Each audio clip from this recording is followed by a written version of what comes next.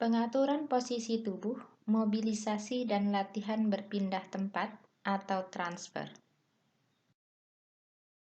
Latihan berpindah tempat atau transfer, kegiatan ini meliputi A. Transfer pasien dari tempat tidur ke brankar, B. Transfer pasien dari tempat tidur ke kursi roda, C. Memindahkan posisi pasien di tempat tidur, D. Memiringkan pasien. Berikut ini adalah gambar transfer pasien dari tempat tidur ke brankar, tempat tidur ke kursi roda. Dapat kita lihat bersama-sama posisi pasien dan posisi perawat tetap dengan posisi nyaman dan aman.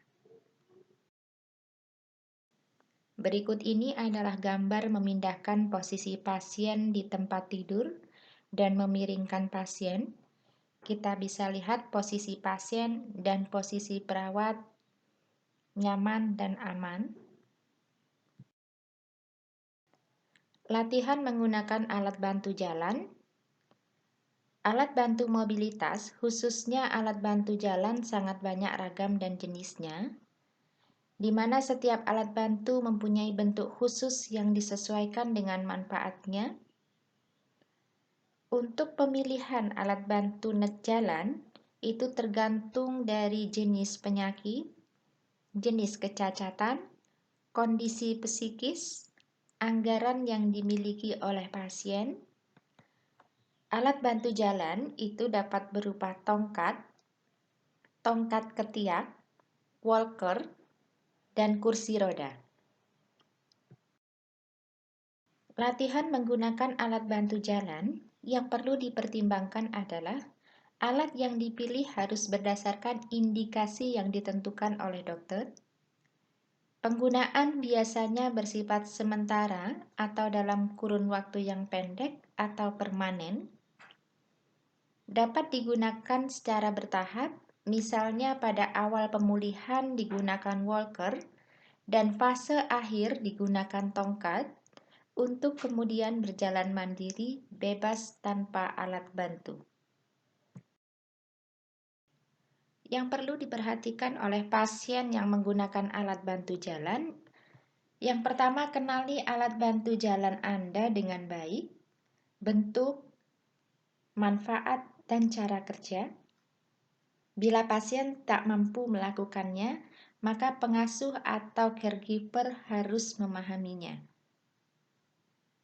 Gunakan alat bantu jalan dengan baik, sesuaikan sampai si pemakai merasa puas dan nyaman. Gunakan semua pelengkap yang diperlukan agar tetap aman.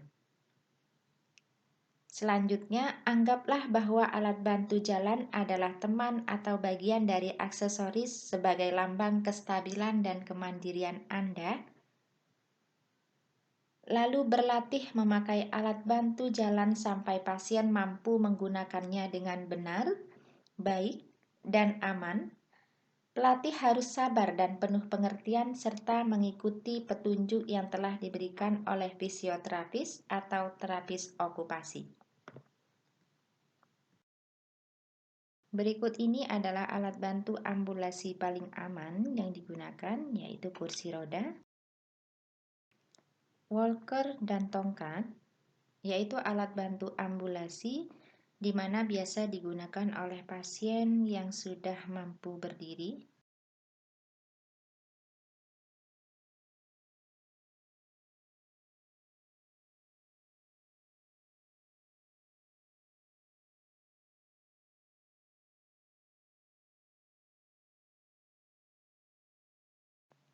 Terima kasih. Sekian materi yang dapat saya sampaikan.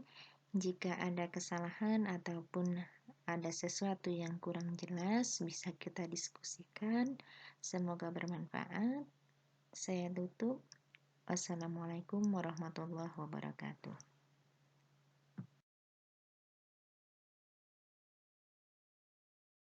Tugas untuk penugasan mata kuliah keperawatan paliatif kali ini, masing-masing kelas, baik kelas A dan kelas B, membagi menjadi 6 kelompok. dimulai dari absen pertama sampai terakhir secara berurutan, di mana satu kelompok nanti akan terdiri dari 7 sampai 8 mahasiswa.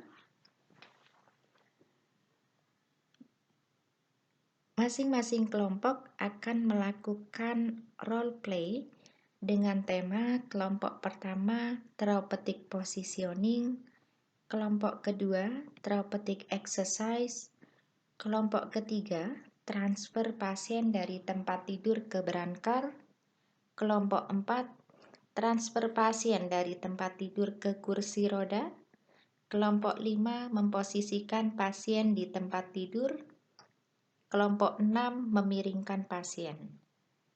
Demikian tugas yang dapat saya sampaikan, semoga dapat dipahami dan dapat dikerjakan dengan baik.